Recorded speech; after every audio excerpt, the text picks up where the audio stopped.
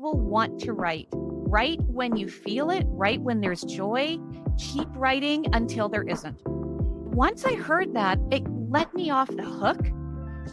And then it gave me, again, permission. It's like a theme of our chat today. But it gave me permission to just write when I wanted to and write when I felt like it. And when I felt, as I'm sure you felt, like that inner click of, I'm done. Clunk. And you go, I'm done. Done. You're tired, you're hungry, you're whatever. Your brain is full.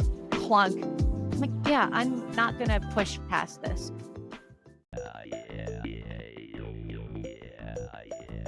Welcome to the Coachability Code podcast. This is your host, Jordan Ring. Coaches, you ready to be coached? Let's go.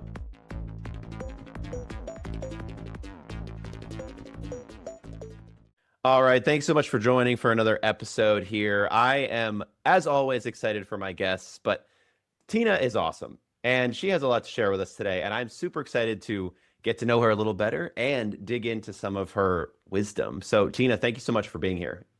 Oh my gosh, my absolute pleasure, especially with that very kind and generous introduction. Thank you. And if you could just introduce yourself briefly, we'll get into the nitty-gritty, but yeah, if you could just introduce yourself, that would be fantastic. Absolutely. So I'm honored to be on your show. I am a coach. I am a professional speaker. I am a writer. And I am a facilitator. And then I'm all the things in between and at those intersections. I've been doing what I call humans at work for more than 25 years. A lot of that was in the corporate space across several organizations, large and small. And in 2017, I decided to double down on the work that brings me the most joy. And I decided to do it on my own. So I started my own practice, which is called Work Joy, for very obvious reasons, because I believe all of us can find joyful work and that we truly benefit from that. Went back in house during the pandemic, but pretty much have been on my own for about 8 years. And Amazing. And I live out here in Los Angeles, but I grew up on the East Coast of the US and then spent about 7 years in Michigan. So I've sort of bounced seen around different regions. Love them all. Yeah, as you know, I grew up on the East Coast, and I moved the other way to yes, you across did. the pond to Lisbon. You crossed an ocean. Way, but yeah, all East Coast for me. So yeah, that's exciting. So I can't wait to dig into more of that. I wrote down real quick what you said, like humans at work. Yeah, humans at work. I was like, wait, what did I write? That's not what I wrote. Okay, yeah, I love that. Well, so let's dig into that later. First of all, I want to start with some icebreakers. So if you could share with the audience, and this is, a selfish question too, because I always add these to my list and start reading these. But if you could say your favorite book, favorite movie, and something weird about you that you don't mind sharing with people. Well, there's so many weird things that I will happily share that that would actually be its own podcast. Favorite book? This is going to sound incredibly nerdy, but it is the biography that David McCullough wrote about Harry S. Truman. And I know people are going to go, really? Because that's like 7,000 pages long. But when I read it, I was utterly fascinated. It was such a delightful read. And it just, such an interesting person, regardless of where you are politically. That is a book that I will actually just pick up. And part of it is I feel smarter on the other side of it. That being said, my favorite movie, that is a great question. I'm going to throw out a few of them. I have seen the Apollo 13 so many times that I can recite it, and I still worry that they may not make it at the end. So that I've probably seen it at least 10 times myself. Yeah. And then and then there's still that little part of you that goes, I really hope they make it. I really hope they make it. And then you go, well, Jim Lovell just died last month, so I think he makes it back from the moon. That is one of my favorite movies. I cannot stop watching any of the Lord of the Rings movies when they come on, so I'm going to add those to the list as well. And I will admit that All the President's Men is one of my absolute favorite movies too. Again, a little bit of a nerd, but also I think that was my husband is a writer and spent time as a journalist, and I think that movie does such a lovely job of showing the hard work behind the results. And I like process movies. So who was in that movie? Oh, that was Robert Redford. And okay, Dustin sort of ringing Hoffman. a bell, but I don't know if I've seen it. It was about the whole Watergate scandal. And also such and a different time, but very, very well done. And a weird thing about me is I went to business school. That's not weird, but I worked in the corporate world. That's not weird. So I have this very professional vibe. And then ever since I was a kid, I have been fascinated by astrology. So I Hmm. have a Scorpio keychain that I bought somehow with money that maybe I got from doing chores because I've had this since I was a kid. So I've had this Scorpio identity. So that's my alter ego is I've been studying astrology for a very long time and I'm a professional tarot card reader. Okay. So slightly weird. But amazing. Yeah. Well, and in LA, I mean, when you say to people that you read tarot cards and you studied astrology, nobody blinks. They usually will ask you, do you have your cards with you? Yeah, Because like they can just we go assume, for it? Yeah. let's just go do that. So yeah, so I mean, it's my alter ego. And I have some clients that want me to bring all of that to Hmm. our coaching. And I have some clients who would never go there and don't even know that about me, except now they do because I've been Yeah. outed. Yep, officially. I'm official. All right, so I want to hear more about the humans at work. So talk about Mhm. that a little bit, and in doing that, talk about what you do. I definitely want to learn about that. But if that describes what you're doing now, let's talk about it. So when I decided to go to business school many moons ago, I knew I wanted to focus on humans at work. I knew that that was my interest in the business world. And going through the program, I went to Michigan, great program, graduated, and I didn't want to do the obvious humans at work, which is HR. I said, that's not Hmm. really where I want to go.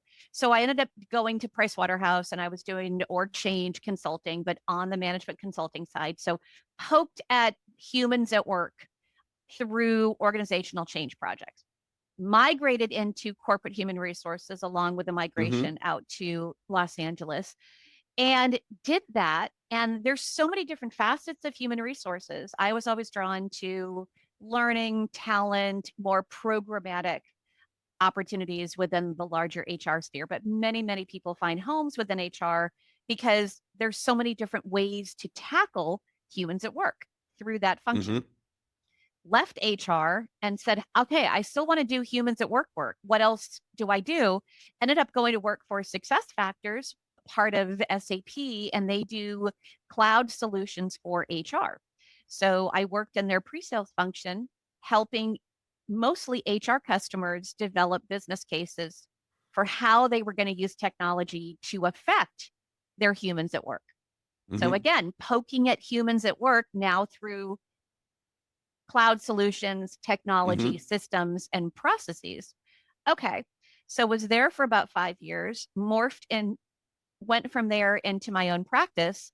And I get bored easily. And so I it I like coaching, but I don't just want to coach. I like Hmm. training, but I don't want to train.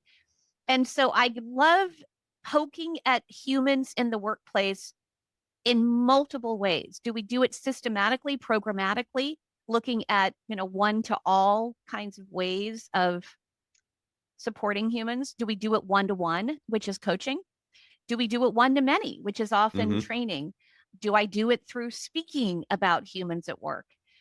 So I don't like to pigeonhole myself by Yeah. calling myself HR or even talent development or org development or coaching or training. I go, it's humans at work. I love the categorization of that because I was talking to someone else about this on the podcast and how coaches specifically can super niche themselves too early and how they can everyone says go niche and find your target audience, and that's important to consider. But then some people do pigeonhole themselves too early, especially if you know that about yourself and say, hey, I'm going to be bored if I'm just focusing on this one area or if I'm working for this one type of person. No, I want to keep myself more open. That's Mhm. good to know. And I like how you kind of categorize it. We're going to do everything like it's still niche down because you're like humans at work, but it's looking at different avenues of that too and how you go about that. So it sounds very interesting. Yeah, and how you can affect humans in the workplace in different Hmm. ways. And there are plenty of coaches that have no interest in doing programmatic work. who Mm-hmm. they haven't done it, they don't like it, it's not how they roll. And there are plenty of people who do programmatic work who don't want to get into the one-on-one. So it's also like a camera lens. Do you widen your focus or widen the aperture? I'm going to screw up Mm-hmm. all of my terms here, but you go wide to do programmatic work, talent Mm-hmm. development, talent life cycle, big stuff. Then you go very narrow to say, I'm going to work with this leader. And I think it's also as people interested in humans at work, you figure out what you like and what brings you joy and what you're good at. And Mm-hmm. just like there are many trainers and facilitators who don't like the one-on-one and vice versa. So I happen to like all of it, and I'm fluent across all of it Mm-hmm. because of my sort of puzzle piece career path. And I like being that utility knife for Mm-hmm. a client to go, anything we throw at you, you can go ahead and do it. So Yeah. So thinking about someone that is seeking out what you do and thinking about working with you, what is the primary reason or the primary like issues they're struggling with that say, okay, Tina, I need your help with XYZ. What are those XYZ problems, issues, things that they're hoping to solve? that is such a great question because people come to me for various reasons. I think that they come to me for various reasons because I present differently. Like I speak at a lot of conferences. So I have a recent client that heard me speak at a large HR conference. I think it was SHRM, the Society for HR Management. And they wanted me to come in and be their keynote speaker at their all hands meeting. So Mm-hmm. heard me speak, liked what they heard, wanted to replicate that. As I began talking to them, I said, well, what other needs do you have? What if we actually did something maybe building up to the speaking Hmm. that focused on your people managers? What's going on with them? Poking at that kind of need, that humans at work need. And she said, well, funny enough, we really wanted to do DISC. We've been wanting to do this Mm-hmm. personality tool because we really want people to start building their self awareness. We have leaders with different levels of tenure, and we want them to engage more effectively with each other. So I was able to come in and do some work with her people managers that maybe that wasn't their first thought when they thought of me. Then I had people who come to me because they know I do coaching or they've heard that I do coaching from others and they go, well, we have a need for you to work Mm-hmm. with this one person on our team. And then that often turns into, well, what other needs do you have at your organization that we can help with? When I was in house leading HR and talent development functions, I cared very much about having a systematic approach so that humans at work didn't feel like it was cobbled together or spaghetti flung at the wall, Mm-hmm. but like, let's do fewer things that where the puzzle pieces really connect. So it looks cohesive and looks consistent and builds. Yeah, for sure. So Mhm. thinking about in that, someone you've worked with, it doesn't have to be recently. You don't have to name any names, but just looking at someone who you would say, Jordan, this is my best student that I've ever had. Talk a little bit about them and what makes you feel that way about them. What did they bring to the table, and how did they help you help them? Oh my gosh. So like a coaching client. Yeah, I would say coaching client or anyone that comes Ooh. to mind, even if it was someone that was, you know, super involved in like a training or something, that would be okay too. Well, I'm thinking of two. So I'll I'll start with one of them. And so I was doing career coaching through a large organization that did a lot of did a lot of outplacement support when I was just building my own practice and sort of needed some of those pipelines of clients and also wanting to build my own confidence that I could do this. And I had somebody come to me. He had been in the financial services space for 25 years, had been in a super senior role, had lived all across Southeast Asia, and had been laid off as part of an org change. He was moving his family back to Mm-hmm. the US. His wife and child had never lived in the US, and he came back and he sat in his organization, paid for outplacement coaching. He lucked out and got me. We're sitting down and he's like, okay, I need you to help me with my resume. And I started asking questions of, what do you want to do? He's like, well, I guess I'll just keep doing what I'm doing. And I'm like, tell me more about that. Yeah. And where we got to was he was burned out on it. He didn't really want to do it. He had so many other life priorities, having a teenager who had never lived in the US, having a wife who had never lived in. They needed to buy a car. They were getting a house. And I said to him, I said, you're not ready for coaching. And he's like, what do you mean by that? Yeah. I said, I think this is, you don't know what you want to do. You have enough severance to buy yourself some time. We can go through the motions and we'll Hmm. do a resume, but my hunch is that you need about 3 to 4 months of getting everything back, getting your life in order before you really start thinking about what's next for you. And he sort of looked at me and he went, well, okay, well, let's go through the motions now. And okay, Yeah. 3 to 4 months later, he reaches back out. He goes, do you take private clients? And I said, yeah. And he was my very first private client. And when I said yes, I'm like, yeah, yes, Of I course I do. do. Yeah. Of course I do. Yep, Yes, that's the answer. For all coaches listening, that's the yes. answer to that question. That one's And I was like, obvious, oh my right? gosh, I need a contract and I need, Yeah. all the things that we do. So he helped professionalize me. And he ended up, we did all these exercises together and lots of discussions. And where he finally ended up was the part of his work that he had loved the deepest was the development and mentoring of Hmm. younger professionals in his field. And I'll fast forward, but he ended up working for a university in career development. He's fluent in Mandarin. So he's works for a program that works with a lot of international students in financial services where he's able to combine all these different facets of who he was and what he liked. And to this day, and he and I are still friends, and he still credits the coaching process for giving him permission to do something that he never would have thought was his what next from a career in financial services. So he is a delightful person and still one of my favorite stories. Yeah, I mean, I love hearing that so much because I've seen the power of coaching in that. Like, I love how you just said that too, getting permission to seek those different avenues, even almost the permission to be a little bit more aware of your situation and to not say, Yeah. okay, I don't have to be stuck inside this bubble that I built for myself. I love that you heard it too. Like, it sounds like you when he was like, okay, I guess I'm going to keep doing this.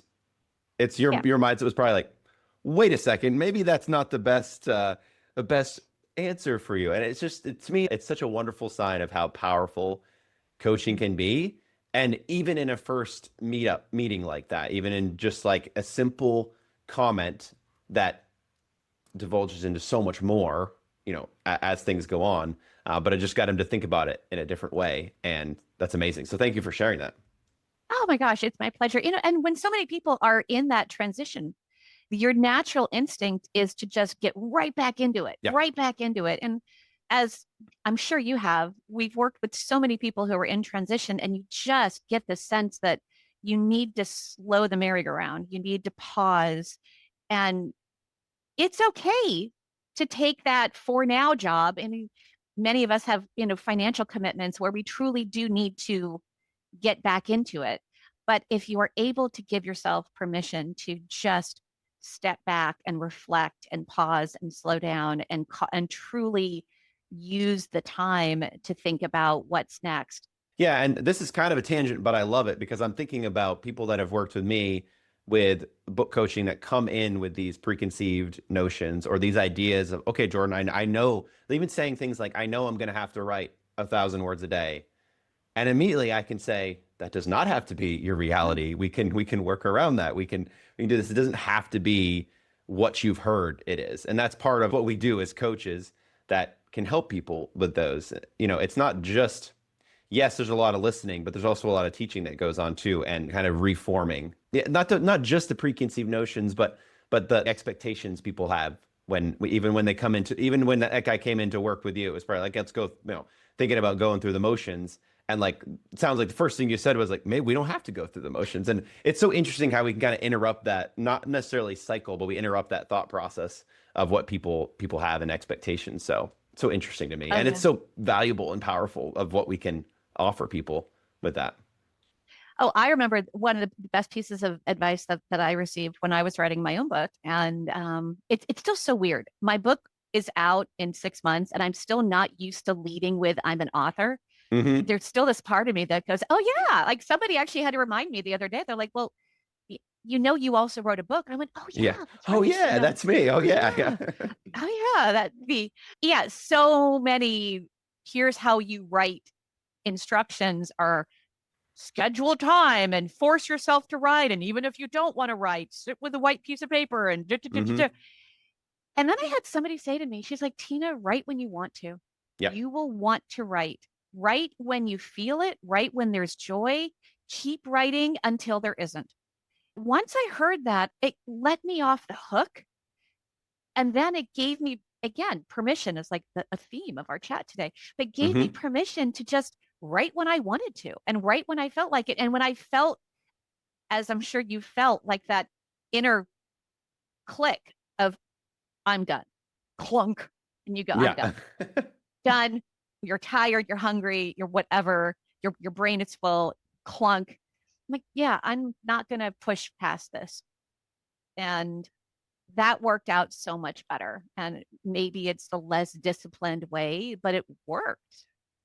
And I Um, think, honestly, that's what's most important, that it worked for you. Like anyone that I'm working with on their book, or as I'm sure, like any coach, whoever you're working with, it has to work for them. If you're going to mhm. be a coach and come in and say, has to be this way, this has to be my process, and you have to adopt this process as well, not going to work for everyone. You're not going to be able to work for everyone. And not that we need to be able to work for everyone, but I think there is so much value in giving people in that situation, like that was powerful. That worked for you. And I Yeah. think the person, I'm just guessing here, but the person that said that to you probably knew you Knew or me had and like, also yeah, and it had worked for her, and hmm, she had hmm, gone through her own struggle of all the books say, you need to force yourself to write. And if you're not writing 1,000 words a day, then yeah, you're a big, utter, messy, smelly failure. And she's like, it didn't work for me. I tried and it made me feel really bad about myself yeah, because I was writing this book while working full time. And there were just days that I didn't have 1,000 words in me. And yeah, I felt really bad. And it actually lessened the joy and pleasure of writing so that the next day I was even less interested in writing 1,000 words. So, hmm, yeah. yeah. And now that stuff is so interesting to me because like knowing I don't know if you're familiar with Clifton Strengths, Oh, probably if you're a love disc it. person. So Totally. I'm a big fan of Clifton Strengths. I know, like, even though consistency is number 34 for me, which is the last, it doesn't mean that's my weakness, but it also means, hey, Jordan, maybe you shouldn't write every day either, right? Like that's you're never going to find you're like that's Yeah. not going to be your strength. Whereas someone, if they have discipline or if they have consistency, that's a fantastic advice for you to write every day. But I think just thinking as coaches that everybody is a little bit different. Uh, Even if that person fits your ICP completely, and it is definitely the person that is your target audience, the person that you want to work with, they may have like they're all going to have their own different personalities too, and it's important to be aware, at least aware of that, I guess, and to just Yeah. to be maybe, and yeah, you could speak to this too, maybe, but to be careful of that blanket advice of well, you have to do it this way, or this is the only way that works because there's so much Yes. gray area in there for me, and I would never want to say that to someone because here I could say here's what worked for me, also here's what's worked for Jane, Tina, Billy, anyone, but yeah. Well, I mean, if as coaches, the premise of coaching is that we start with the assumption that you are creative, resourceful, and whole. And Mm, so, hmm. why, if you are creative, resourceful, and whole, why would I force you to do things my way? When I was interviewing mentor coaches to pursue my PCC in the ICF world, all those acronyms may or may not make sense to anybody. Professional credentialed coach or whatever that the term is. And I was interviewing mentor coaches and I had a meeting scheduled with one of them. And I just felt awful. I woke up, I was feeling, we've all had that where we're not video ready, but we can make the call work. And I sent her a note prior and I just said, would you be, would you be okay if I wasn't on video? I can absolutely make the call and I want to have this call. It's taken so long for us to schedule it. We get on, I'm not on video. And the first thing she says to me is, this is not how I like to work. And I'm like, oh, wow. Hi. Hi. Yeah. Wow. Hi. Not how are you? Yeah. Oh, we've all had those non-video days. Absolutely. This is coaching on your own terms. We will absolutely make it work. If you and I are going to work together, we need to be on video. And I was like, okay, you know, we're not going to be working together. Yeah. And I Yeah. think I even said that. I just said, look, there, right from the very beginning, you're not striking me as the kind of partner that I need on this journey. And I appreciate that you have an approach to this. It's not, it was a short phone call. So. Yeah. Yeah.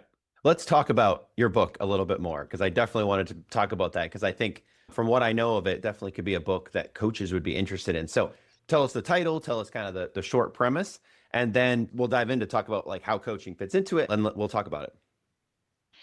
The short premise is, how do you create the business case for leadership investment? Mm-hmm. And notice I call it leadership investment rather than leadership development. My target audience for this book is anybody who defines themselves as a leadership investor.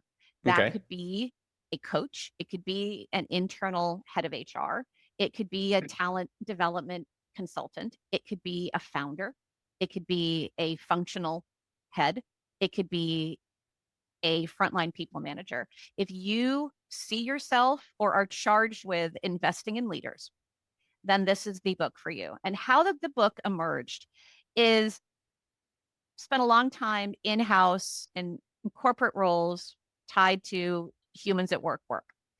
And so often I would see initiatives fail, sometimes my own, because there was no clear why. Why are we doing this? There is pretty much everybody agrees that investing in leaders is important. You ask anybody, is it important that we invest in leaders in the workplace? And sort of like, is it Like, duh, healthy? right? Like, of course, Yeah, that would be an expenditure. Why right. wouldn't It's we like, do that? But yeah. is oxygen good to breathe? Well, yeah, yes. And so no one's going to say, no, that's stupid. So we all agree on it. And yet I saw again and again and again and again, both in house and when I was on the outside looking in, these programs fail because they were not tied to what drove the business. They were not tied to a clear business why. And so often, and I've been guilty of it as investment practitioners, as a coach, as a trainer, as a facilitator, as a head of HR, we go right to the how. So a Mm-hmm. client comes to me and my first itchy thing is, oh, can we do disc? Can we do Clifton strength? You need coaching. Oh, training would Mm-hmm. be great. Let's do it. You go right to the how. And that's where your little, hamster tactical execution brain goes. Well, we've all done that. We do the how, and then nothing sticks. Behaviors don't change. The behaviors that you wanted people to adapt were not clearly defined. There was no clear why. You didn't segment your audience the best way that you could, and the thing fails. And then what happens is 3 months later, they're like, we need more coaching, or let's try a different training, or let's Mm-hmm. use whatever fanfare book. Oh, multipliers, radical candor, crucial conversations, pick it. This is like the thing we're doing now This because is the it's thing. the This is thing. this is the how. And Yeah. so we go right back to the tactical, nothing changes. And I said, this is a cycle that we need to break. And it starts with creating the business case. So I said, that's the leadership development book I want to write. There's plenty of books out there to teach you how to be a better coach. Mm-hmm. There's plenty of books out there to teach you how to develop good training content. There's plenty of books out there that teach you how to design programs. I was at the Association for Talent Development, who's actually publishing my book. So, small Mm-hmm. plug for them, because they approached me to write this book after Mm-hmm. hearing me talk about this exact premise at various events. I was at their big conference in DC in May, and I was walking through the expo hall. And we've all been to these. If you ever go to an HR or coaching or talent conference, huge expo. I'm Mm-hmm. like, oh my God, every single vendor here is focused on the how. Everybody. It's Mm-hmm. all focused on the how. There is no vendor here that has a small little booth with maybe, some lifesaver mints that says, we help you define the why. We sort of hope that people do that before they get to the how. So that's what my premise, the book is. So it starts with the overall premise of why this makes sense and why it's needed. It talks about why, talks about what, it talks about who, and then the second half of the book is the how.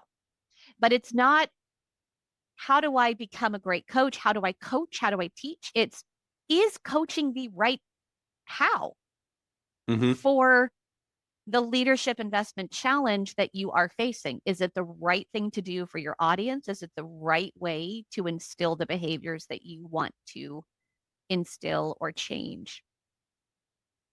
So it Well, kind of kind sounds of, like, yeah. So you're talking a little bit too about the how, potentially the how of the why. Like, how do you find your why too? Like, it sounds like there's probably a big piece of it as well, because if people are missing that part, if they're not sure how to do the the why, if they're just skipping it, as a lot of people in book writing do, they skip like the why, they skip yep, the outline, skip to skip the to coaching to the chapter. fun Yep. part. I'm curious about that. Like, yeah. Oh, well, and as you can tell, I'm sort of punchy and I have, you know, a sense of humor, or I think I do. When I speak at various events and conferences, because I love to speak, and the first thing people usually say to me when they come up to me afterwards is, "You're so funny." That's awesome. And sometimes they'll go, have you done stand up? You're really funny. And I go, oh, thank you. Hopefully it's not my looks, I guess. And then they say, you're very practical. Like everything Mm. that you talked about, I can do something with. There's not a lot of fluff. Like you're making this. And then the third thing is you're very real. Like you make this really not just tangible and useful, but I feel like you know me and you're talking to me. So I take those three things very. So I'm punchy in the book too. So I will say you probably skipped to this chapter, but the coaching Mm-hmm. chapter is because I'm assuming that the person reading this book could be a CMO, a CFO, a founder who Mm-hmm. says, I need to invest. I think I want to invest on my leaders, but I don't know why or how to do it. Mm-hmm. They're reading this chapter on coaching. The first thing I do is I define coaching. Like, what is coaching? And then why is coaching like what's the what of coaching? What's the why of coaching? What's the business case for coaching? What can coaching do and what can't coaching do?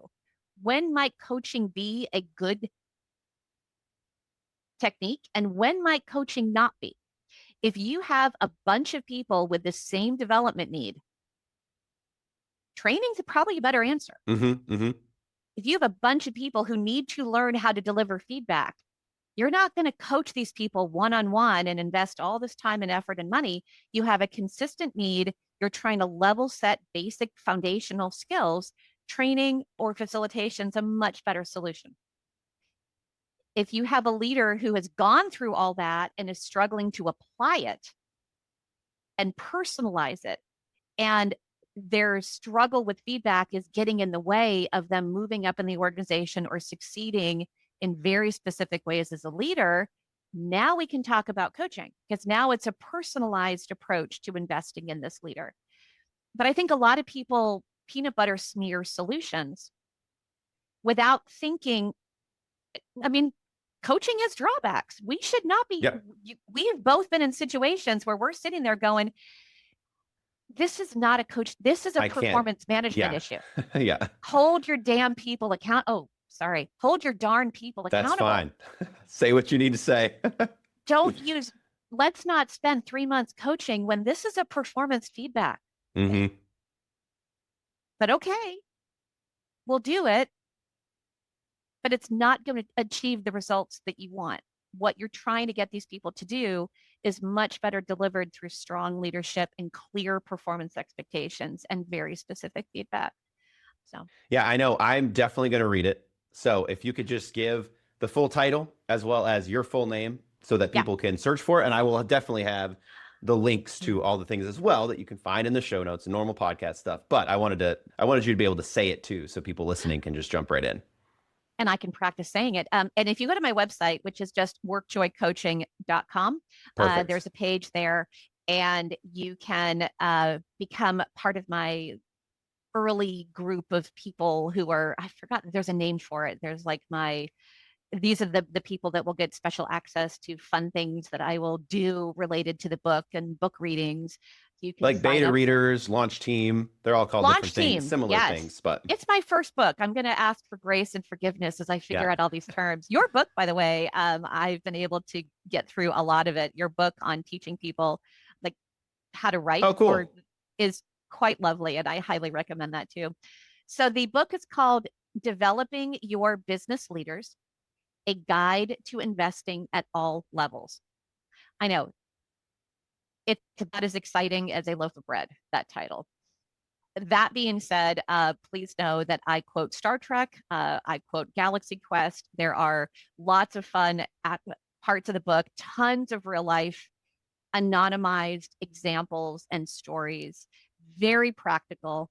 I think a fairly easy read and a lot of humor in it too. Amazing. Yeah. And so that's awesome. I'll make sure all that is linked. I want to jump to the next question that I Yeah. think it may even be something that you shared that you talked about in your book. So if it is, you don't have to give anything away, but I'm really wanted to look at breakthrough moments, if you can think of any. If there was Mm-hmm. one powerful coaching question, comment, moment. I know you shared a little bit before that was a powerful moment.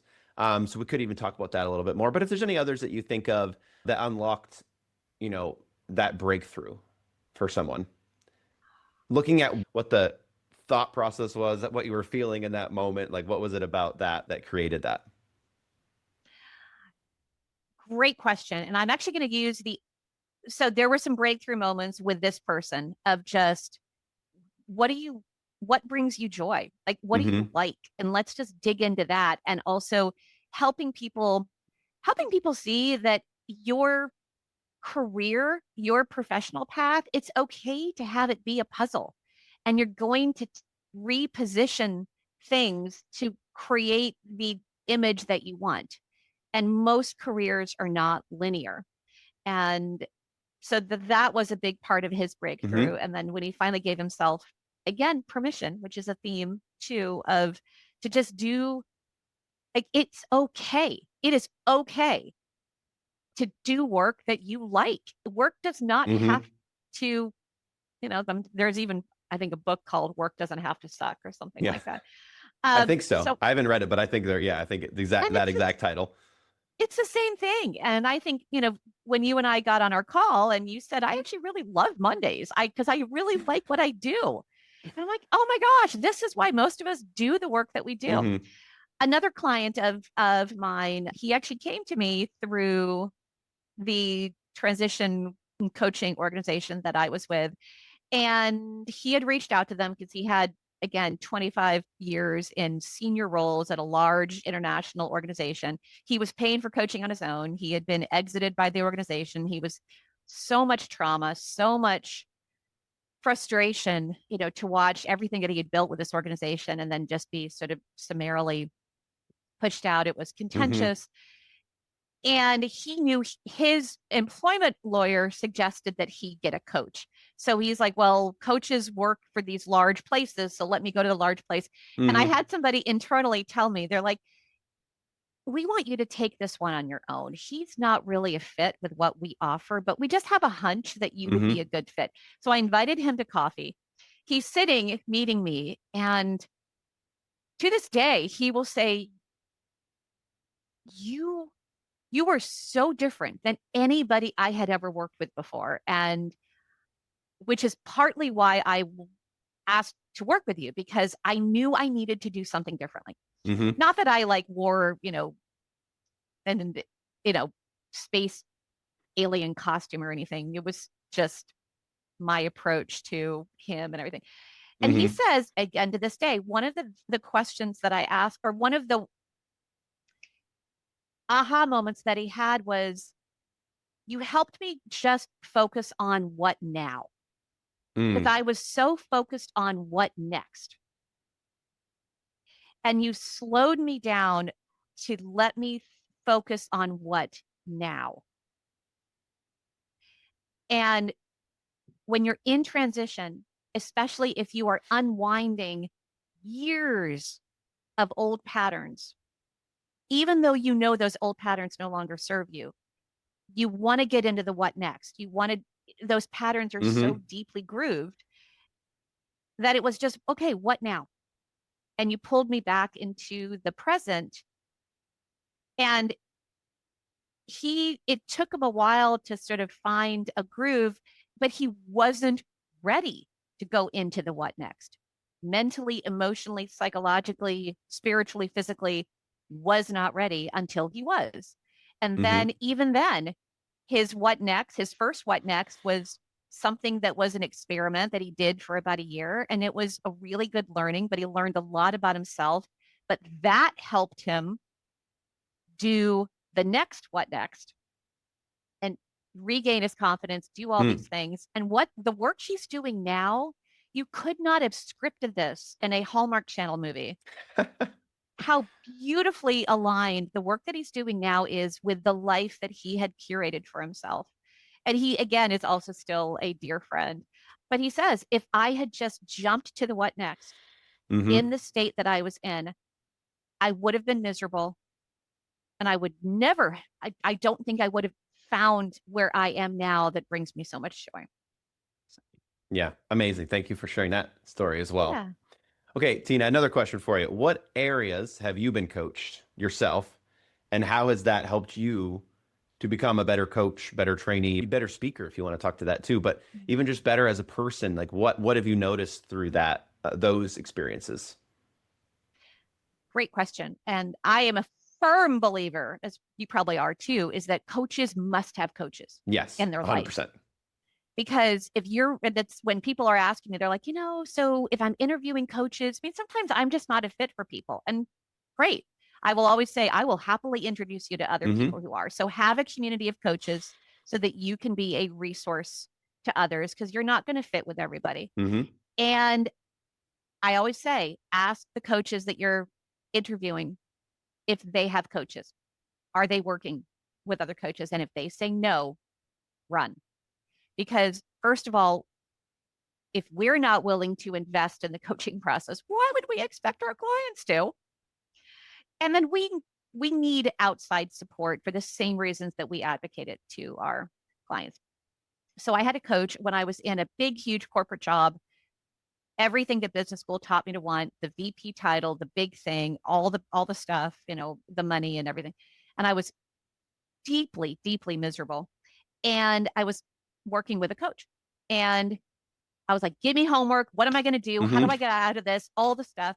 And she would say, okay, fine. Your homework is I want you to do some yoga stretches. I'm like, what the?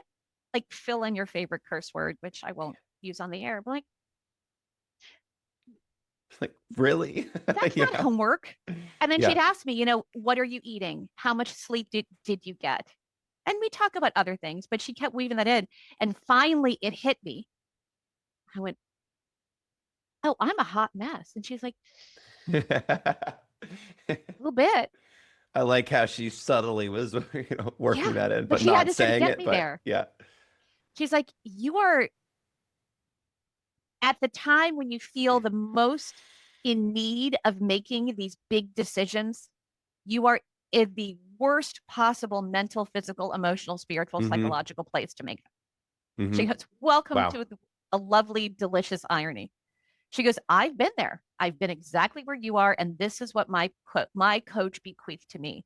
And that is what I am bequeathing to you. And now I do that with my clients to go, let's talk about some stretching. Let's talk about, I'm not a mental health Yeah. professional. I'm not a physical health professional, but it's more, what's your what now? And she slowed me down to help me regain my sense of equilibrium because the world just felt like it was spinning. And I'll never, ever forget that. And that is often when I have coaches that I sort of keep on reserved for certain Hmm. kinds of things. And that's what I will, when I feel the spinning, that's when I absolutely know that I need somebody to help ground me and bring me back to the what now. I mean, I love hearing that because it just makes me think of, it makes me even start brainstorming of how, I don't know if holistic is the right word, but how can I be more holistic? And even just my book, not just, but even my book Mhm. coaching process of, again, I've talked about this concept with some other guests on this podcast, just about the fact that we're very specific. We're helping people with this problem. Okay, I'm trusting the process. Like, I kind of want to fight her for doing this, but I mean, I think that's beautiful and amazing and just incredibly insightful from them to be able to ask those questions because it's showing beyond just exactly what they're trying to help you with. It's a deeper level of coaching, I think I would say, and Yeah. that's really fascinating. It's something to aspire to. Having gone through the process of writing a book, I mean, it is incredibly emotionally vulnerable. And that too. It, Yep. Yep. it is, I mean, it cracks open every feeling of unworthiness and self hatred. And I mean, the number of times I would just like not quite bawl, but I teared up with my development editor who was just a gift of a person. Hmm. And I can't write 50,000 words. She's like, trust me, you'll be able to. I'm like, Yeah. no, I don't. She's like, we approached you to write this. We think you can. Yeah, So we'll get you there. Yeah. we're putting our brand on the line and we know you can do. And then even having a breakdown when I realized I didn't get people to read my book. What if it's all wrong? She goes, it's not a research book. Like we asked you to write from your perspective. But again, those deep wounds of my perspective isn't good enough. My perspective isn't worthy. I speak a lot on imposter syndrome because I have it. Yep. I I was mean, just thinking about that too. Everyone does. Everyone that writes a book yeah. does, even if whether they admit it or not, they do.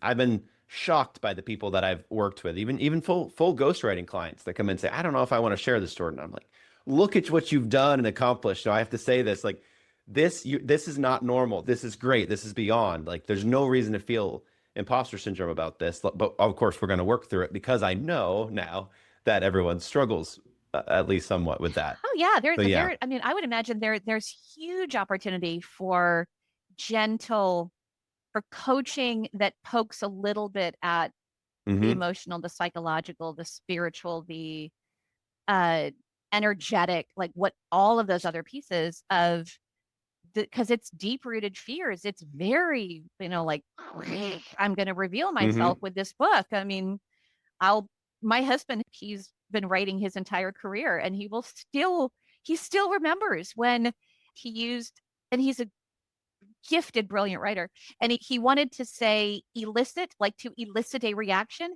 Hmm. and they missed it in the copy editing and it was illicit like dark and Ah, yeah. shady and the number of readers who wrote in because people have no better things to do than to copy edit my husband Silly. mortified like and this is Yeah. a professional writer and he's like you know, you cannot, you have to you have to feel so good about yourself that you allow that kind of response, or no one buys the book, or the book doesn't sell, or people criticize it, or they tell you you're wrong, or if you don't do some healing in the book writing process, by the time the book comes out, you're that much farther behind from where you need to be Yeah, as a and human.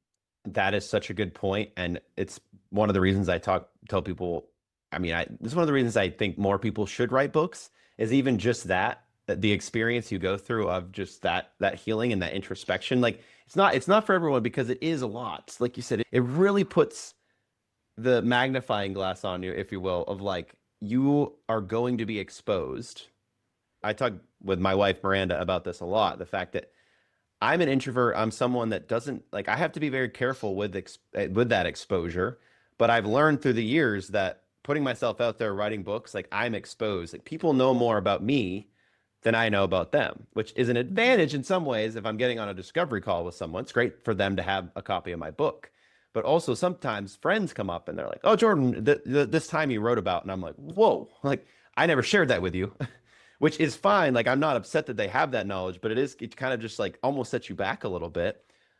They have this information that I didn't realize I shared with them, and it's that exposure piece. But as I do it, I've gotten more used to that. But try to remember that for every first time author. And maybe it's similar with first time people jumping into coaching for the first time. It does not feel nice to be exposed and to be questioned in that way if you're not used to it. As a new coach, I mean, you've seen this too. I mean, I remember I went through a really, really great program through CTI. I had been coaching as an HR professional, as a consultant, for decades. But then when I went through their program, it was like, oh, frameworks. Okay. Hmm. Mm-hmm. And so many people, I think, get into coaching because they're good problem solvers and they like telling people what to do and how to run their lives. And then you start as a coach saying it's all about me, and then the other side of coaching is you realize, oh no, it is absolutely not about you. And if you make Hmm. it about you, then you're like the person who told me I require you to be on Zoom. Yeah.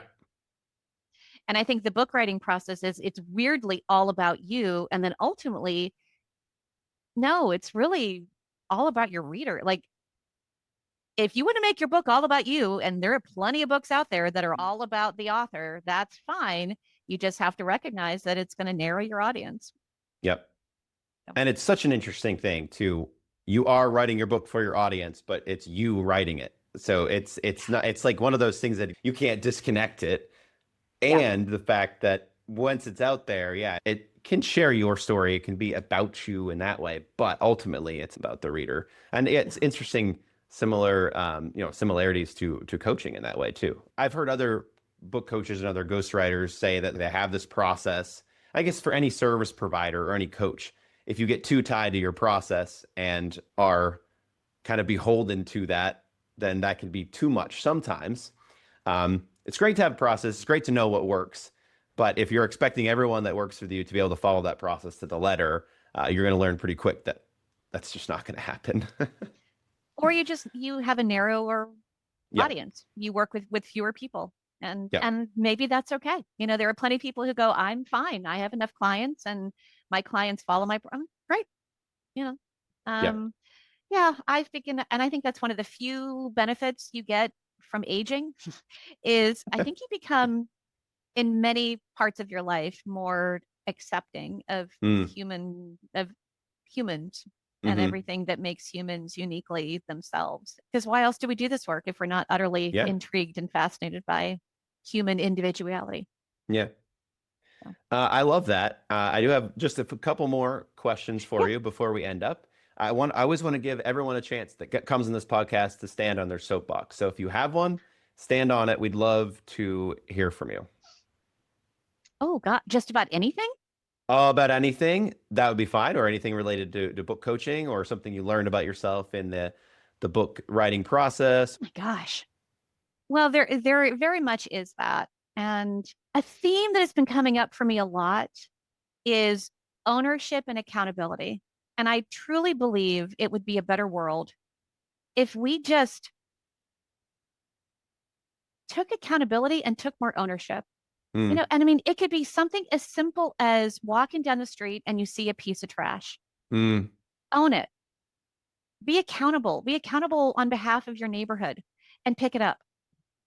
You know, own your stuff at work. If you make a mistake, say it. I was actually listening to a podcast and about the movie All the President's Men, and they were talking about, and it led into an interesting discussion about journalism and how one of the tenets of journalism and one of the tenets of the very established newspapers and the news outlets is they own their stuff. And if they make a mistake, they own it.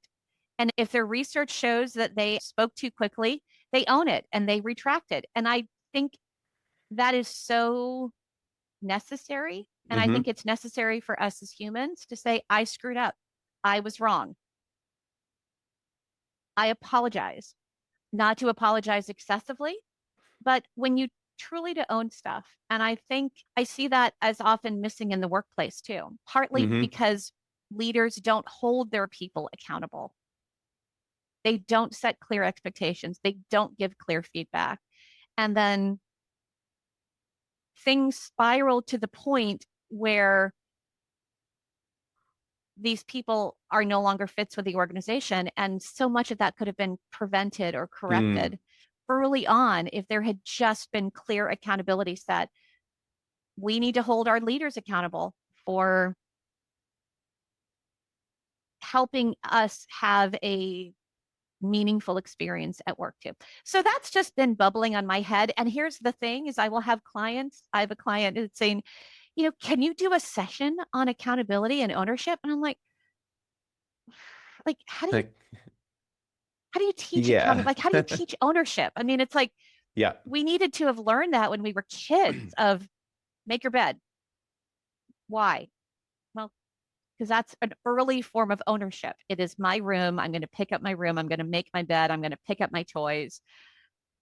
It's a hard thing to teach. It's very much something that you need to role model in the workplace as a leader. Hmm. It's very much something that you can be a coaching topic to bring it to life.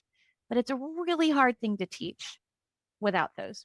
So, So, Tina, with that, let me ask you another question. I know I said mhm. we're getting to the end, but I just thought it's something I'm interested in, want to know, and I think people will be very interested in as well. So, you said accountability. I don't know if we were talking about responsibility, but in the ballpark of accountability, Yeah. is that similar or different than coachability? Is that something you can learn? Is that something you can teach people? Is that something someone could come in and work with you that is, okay, I see they're slightly coachable and want, but maybe I can improve that slightly. But I, I'll let you answer the question before saying what I think. Interesting. I do think accountability is coachable. I think it is a behavior choice. Okay. Um, just like it's a behavior choice for me to walk down the street and pick up that piece of trash or not pick up that piece of trash. Yeah. Now, what's churning in my head to guide me to that decision is all sorts of stuff. Um, that's not my job. That's not my responsibility. I'll Hmm. pick it up later. Why can't this house always has trash in front of it? All these reasons. But the behavior decision I do think is coachable, especially if I was walking down the street and I saw somebody else picking up trash. And I'm like, oh, that's a really good thing that that person's doing. I have a role model in that moment. So I do think accountability and ownership is coachable. And I do think to be coachable, so the coachability Hmm. factor, you have to be willing to own your behaviors. I think they're Hmm. very intertwined. It's a really good Yeah. observation that you made is you have to be willing to own your stuff. Um, you have to be willing to own up when you don't behave the way that you intended to. Or yeah, I think it's really hard to have coachability without. Uh, yeah, Yeah, yeah. and that's what made me think of it because I'm just thinking of even if we were to define coachability, I think that what you were just sharing on your soapbox is a very big part of that. Like I have to be able Mhm. to say, "Hey Tina, I need help in this area. I may not be even if I'm not even coming to you and saying that specifically. It helps if I say it specifically probably, but just the very fact that I'm coming to you and working and you're working as my coach, I'm saying that. I'm communicating that, "Hey, I am looking to be a little bit more accountable in this area." So, I don't know how that Yeah. answers the question about do people come in coachable or not? Because I think in some ways the very act of getting coaching kind of says that you're at least the smidgen coachable, or else you wouldn't have had hired a coach unless you were forced into that position, which is a whole different story. That's a Um, whole other podcast. that's a Yep. whole other podcast. Hmm. But the people that are choosing to have a coach in their lives, I guess that it's likely they have some level of accountability and coachability already, we would say. We would like to think so. Yeah. Yeah. I think if you are forced into coaching, for the very reason you are forced into coaching is probably the reason that you need the coaching in the first place, but Yeah. also you may not see that anything's wrong. It's also woven in with the growth mindset. I think people who take ownership and take accountability also have that growth mindset of I can get better, I can learn. My continuous evolution as a human Hmm. is just important to me personally and professionally.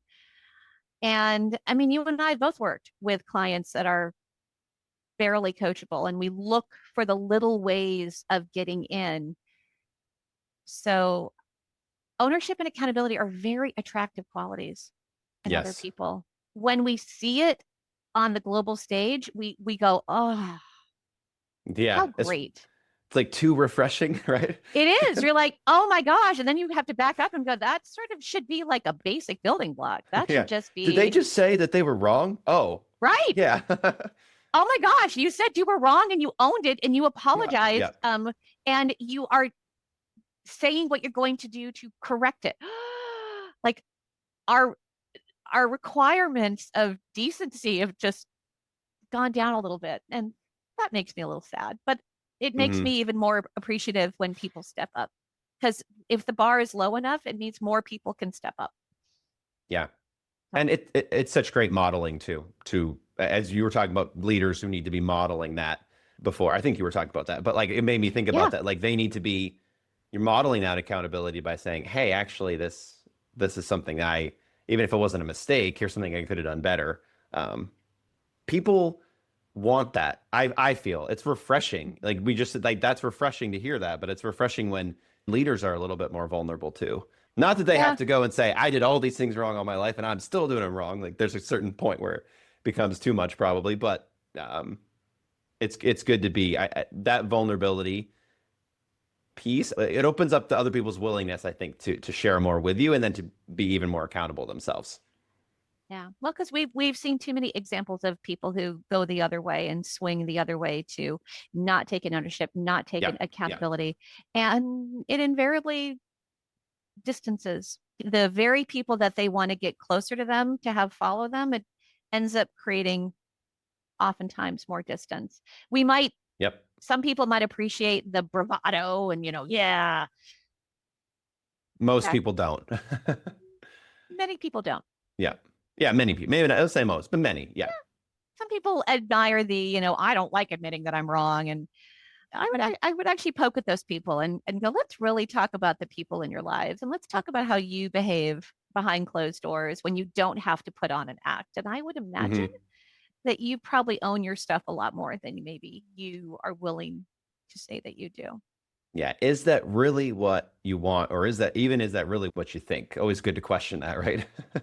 Yeah, and I mean it's not easy being a No. leader. There's so much put on the shoulders of leaders, and there often is that feeling of I need to have that bravado. I can't admit that I'm wrong. I see this especially in newer people managers Hmm. that they feel like they have to have all the answers. And heaven forbid they should say, I don't know, but I think you do. Tell me more about that. I have to be the smartest one in the room. I have to know everything. And then as you mature as a leader, you realize, no, no, no, my job is to hire the smartest people Hmm. and intentionally curate an environment where smart people get to be smart and to Hmm. have debate. And I am a facilitator of that. That is my job as a leader, is to have enough humility and enough self-confidence that I'm not fazed by everybody on my team knowing more than me Yep. Absolutely. about their specific areas. But there's a gap there. That's leader evolution.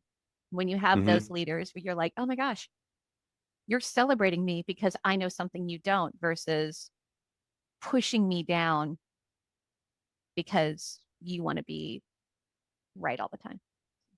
Yeah. Tina, this So has many been more podcasts. an awesome conversation. I appreciate Thank your you. time so much. The last question here is, I know you already said your website name, but if you could just repeat that, and then if there's other places that you would like people to connect with you, you can say that, and then I'll put the links in as well. So my primary website is workjoycoaching.com. You'll see all sorts of stuff about me on there. I am ramping up my other forms of social media. So, watch this space, as they say. I keep being told I have a face for TikTok. I don't, and a vibe for TikTok. I just have to get over my own. You have to decide If you want to be there. I have to decide that I want to be Big, there, and big, big deal. Yeah. I have to get over my imposter syndrome. So it might Yeah. also mean that I have to eventually get on Instagram, but I'm very active on LinkedIn. And so on LinkedIn, you can either look up Tina Robinson and Workjoy, or I think my hashtag and it's Tina Robinson Speaks. But if you look up Tina Robinson Workjoy, I'm the only one, and you'll see this face and you'll read Perfect. about you'll read various things. And with more to come. Thank you so much for this honor. Yeah, sure thing. It was a pleasure to have you, Tina. Thank you so much for your time. Thank you. Are you still here listening to this podcast? You're awesome. I got 2 CTAs for you. Number 1, subscribe to this podcast for more. And number 2, have you ever thought about writing a book? Contact Jordan. He can help you out. Jordan@jmring.com.